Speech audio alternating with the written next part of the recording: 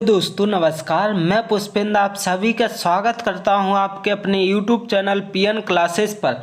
आज हम पढ़ेंगे पटवारी परीक्षा 2023 भौतिक विज्ञान टॉप 150 क्वेश्चन फिजिक्स में ऐसे प्रश्न जो परीक्षा में 100% पूछे जाएंगे। यदि आप इस चैनल पर नए आए हैं तो इस चैनल को लाइक शेयर एंड सब्सक्राइब करना ना भूलें। देर न करते हुए चलते हैं प्रश्नों की ओर और देखते हैं प्रश्नों को।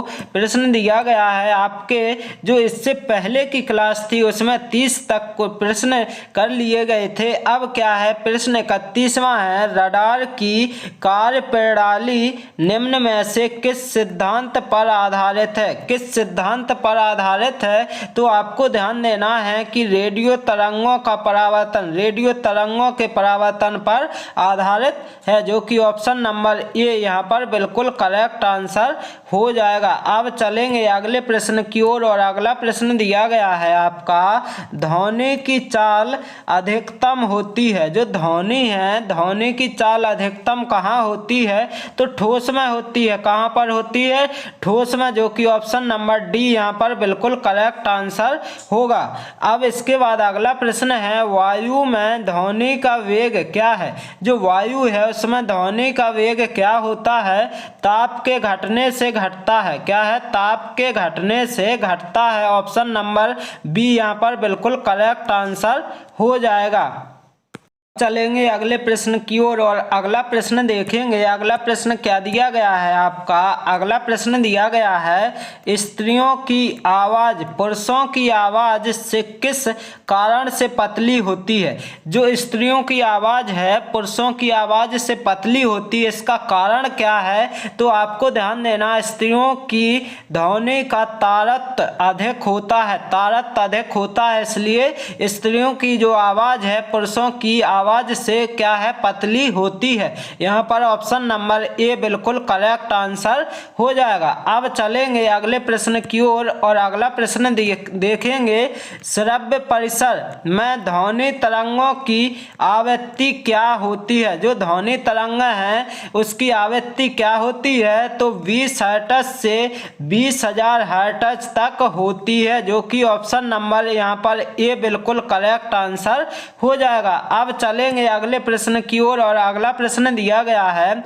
आवृत्ति का मात्रक है। जो आवृत्ति है, आवृत्ति का जो मात्रक होता है हर्ट्ज होता है, हर्ट्ज होता है, जो कि ऑप्शन नंबर डी बिल्कुल करेक्ट आंसर हो जाएगा। अब चलेंगे अगले प्रश्न की ओर और देखेंगे अगला प्रश्न क्या है, वायु में ध्वनि की चाल है। जो वायु है उसमें ध्वनि की चाल कितनी होती है? तो 332 मीटर प्रति सेकंड होती है। वायु में ध्वनि की चाल कितनी होती है? 332 प्रति मीटर सेकंड होती है, मीटर प्रति सेकंड होती है, जो कि ऑप्शन नंबर सी यहाँ पर बिल्कुल करेक्ट आंसर हो जाएगा। अगला प्रश्न है, मानव शरीर का तापमान 98.6 डिग्री फ़ारेनहाइट होता है। सेल्सियस स्केल पर यह कितना होगा? सेल्सियस स्केल पर कितना होगा? तो आपका आंसर होगा 37 डिग्री सेल्सियस। आपका यहाँ पर बिल्कुल correct answer option number C निकल कर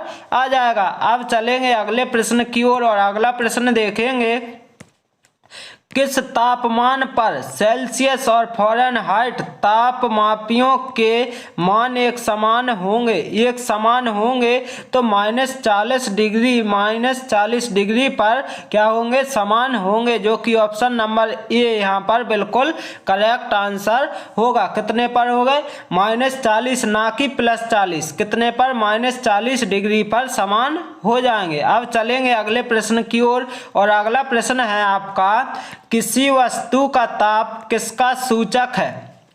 जो किसी वस्तु का ताप है किसका सूचक है? तो आपको ध्यान देना है उसके अणुओं की औसत गतिज ऊर्जा का, उसके जो अणु हैं उसकी जो औसत गतिज ऊर्जा है उसका होता है, क्या होता है? सूचक, जो कि ऑप्शन नंबर डी बिल्कुल करेक्ट आंसर हो जाएगा। अब चलेंगे अगले प्रश्न की ओर और अगला प्रश्न दिया गया है आपका, जल को 0 डिग्री सेल्सियस से 10 डिग्री सेल्सियस तक गर्म किए जाने पर उसका आयतन क्या हो जाता है?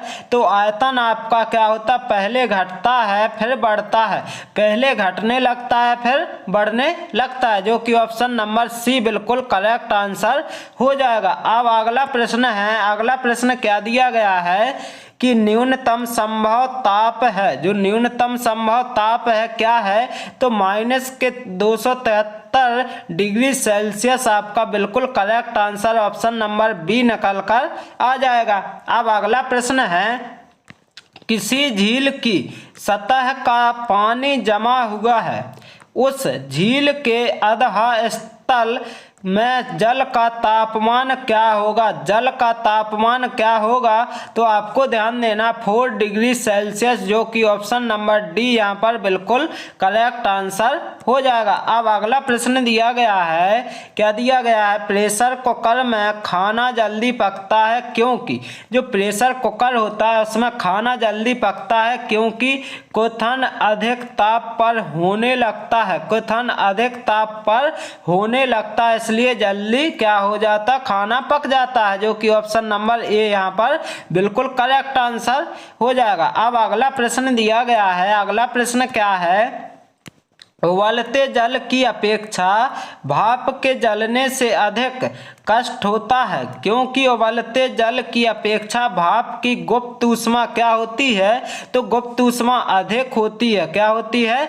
अधिक होती है, जो कि ऑप्शन नंबर बी यहाँ पर बिल्कुल सही आंसर निकल कर आ जाएगा। अब अगला प्रश्न दिया गया है आपका, निम्नलिखित में से किसकी विशिष्ट ऊष्मा सबसे अधिक होती है? मतलब जो सबसे अधिक है विशिष्ट ऊष्मा किसकी होती है? तो पानी की जो है सबसे अधिक विशिष्ट ऊष्मा मानी जाती है, जो कि ऑप्शन नंबर सी यहाँ पर बिल्कुल करेक्ट आंसर हो जाएगा। अब अगला प्रश्न है, ठोस कपूर से कपूर के वाष्प बनने की प्रक्रिया है, जो ठोस कपूर है से कपूर के वाष्प बनने की प्रक्रिया क्या कहलाती है? तो ऊर्ध्वपातन कहलाती है, क्या कहलाती है? ऊर्ध्वपातन कहलाती है, क्योंकि जब कपूर को जलाया जाता है तो ठोस से सीधे क्या गैस में परिवर्तित हो जाता है, इसलिए ऊर्ध्वपातन कहते हैं, जो कि ऑप्शन नंबर ए यहाँ पर बिल्कुल करेक्ट आंसर हो जाएगा। अब अगला प्रश्न दिया गया है, अगला प्रश्न क्या है? थर्मस फ्लास्क में ऊष्मा का क्षय रोका जा सकता है, क्या है? रोका जा सकता है, तो किसके कारण रोका जा सकता है? तो आपको ये देखना है कि किसके कारण, संवहन से, विकिरण से, चालन से, तो आपको ध्यान देना है इन सभी से रोका जा सकता है, जो कि ऑप्शन नंबर डी यहाँ पर बिल्कुल करेक्ट आंसर हो जाएगा। किस किस से? संवहन से, विकिरण से, चालन से, इन सभी से रोका जा सकता है। अब अगला प्रश्न है, निम्नलिखित द्रवों में कौन सा ऊष्मा का बहुत अच्छा चालक है? बहुत अच्छा चालक कौन सा है? तो आपको देखना है पारा, क्या है? पारा सबसे अच्छा क्या है? चालक है, जो कि ऑप्शन नंबर ए यहाँ पर बिल्कुल करेक्ट आंसर हो जाएगा। अब अगला प्रश्न देखेंगे, अगला प्रश्न क्या है? अगला प्रश्न है आपका, अच्छे उत्सर्जक अच्छे अवशोषक होते हैं, यह नियम है, यह नियम क्या है? तो आपको ध्यान देना है किरचॉफ का नियम है, जो कि ऑप्शन नंबर डी बिल्कुल करेक्ट आंसर हो जाएगा। क्या है? अच्छे उत्सर्जक जो हैं अच्छे अवशोषक होते हैं, यह नियम आपका किरचॉफ का नियम कहलाता है। अब अगला प्रश्न देखेंगे, अगला प्रश्न क्या दिया गया है? निम्नलिखित में से कौन ऊष्मा का सबसे अच्छा सुचालक है? कौन जो है ऊष्मा का सबसे अच्छा सुचालक है? तो आपको ध्यान देना है कि आश्वत पानी, आश्वत पानी सबसे अच्छा क्या है? सुचालक, जो कि ऑप्शन नंबर सी यहाँ पर बिल्कुल सही आंसर हो जाएगा। अब है अगला प्रश्न, ऊष्मा का एसआई मात्रक क्या है? जो ऊष्मा है, ऊष्मा का एसआई मात्रक क्या होता है? जूल, जो कि ऑप्शन नंबर बी बिल्कुल करेक्ट आंसर हो जाएगा। अब आगे प्रश्न देखेंगे, क्या दिया गया है? अगला प्रश्न है, प्रकाश के विकिरण की प्रकृति कैसी होती है? जो प्रकाश है उसके विकिरण की प्रकृति कैसी होती है? तो होती है कैसी? तरंग एवं कण दोनों के समान, तरंग एवं कण दोनों के समान होती है, जो कि ऑप्शन नंबर सी यहाँ पर बिल्कुल करेक्ट आंसर हो जाएगा। अब चलेंगे अगले प्रश्न की ओर और अगला प्रश्न देखेंगे कि प्रकाश का वेग अधिकतम होता है, जो प्रकाश है उसका वेग अधिकतम कहाँ पर होता है, तो निर्वात में होता है। कहाँ पर होता है, निर्वात में होता है, जो कि ऑप्शन नंबर ए यहाँ पर बिल्कुल करेक्ट आंसर निकल कर आ जाएगा। अब अगला प्रश्न क्या है, प्रकाश तरंग किस प्रकार की तरंग है, जो प्रकाश तरंग है आपकी किस प्रकार की तरंग है, तो आपको ये देखना है कि अनुप्रस्थ, अनुदैर्ध्य, विद्युत चुम्बकीय, तो आपको ध्यान ये देना है ए एवं सी दोनों, ए एवं सी होती हैं, मतलब अनुप्रस्थ और विद्युत चुम्बकीय तरंग होती हैं। कौन सी प्रकाश तरंग जो है अनुप्रस्थ होती हैं और विद्युत चुम्बकीय, जो कि यहाँ पर ऑप्शन नंबर डी बिल्कुल करेक्ट आंसर निकल कर आ जाएगा। अब अगला प्रश्न देखेंगे, अगला प्रश्न क्या दिया गया है, अगला प्रश्न है आपका माध्यम में तापमान में वृद्धि के साथ प्रकाश की गति होती है, जो प्रकाश की गति होती है अपरिवर्तित होती है, जो कि ऑप्शन नंबर सी यहाँ पर बिल्कुल करेक्ट आंसर हो जाएगा। अब अगला प्रश्न क्या दिया गया है, अगला प्रश्न है प्रकाश की गति है, जो प्रकाश है उसकी गति है, तो आपको ध्यान देना है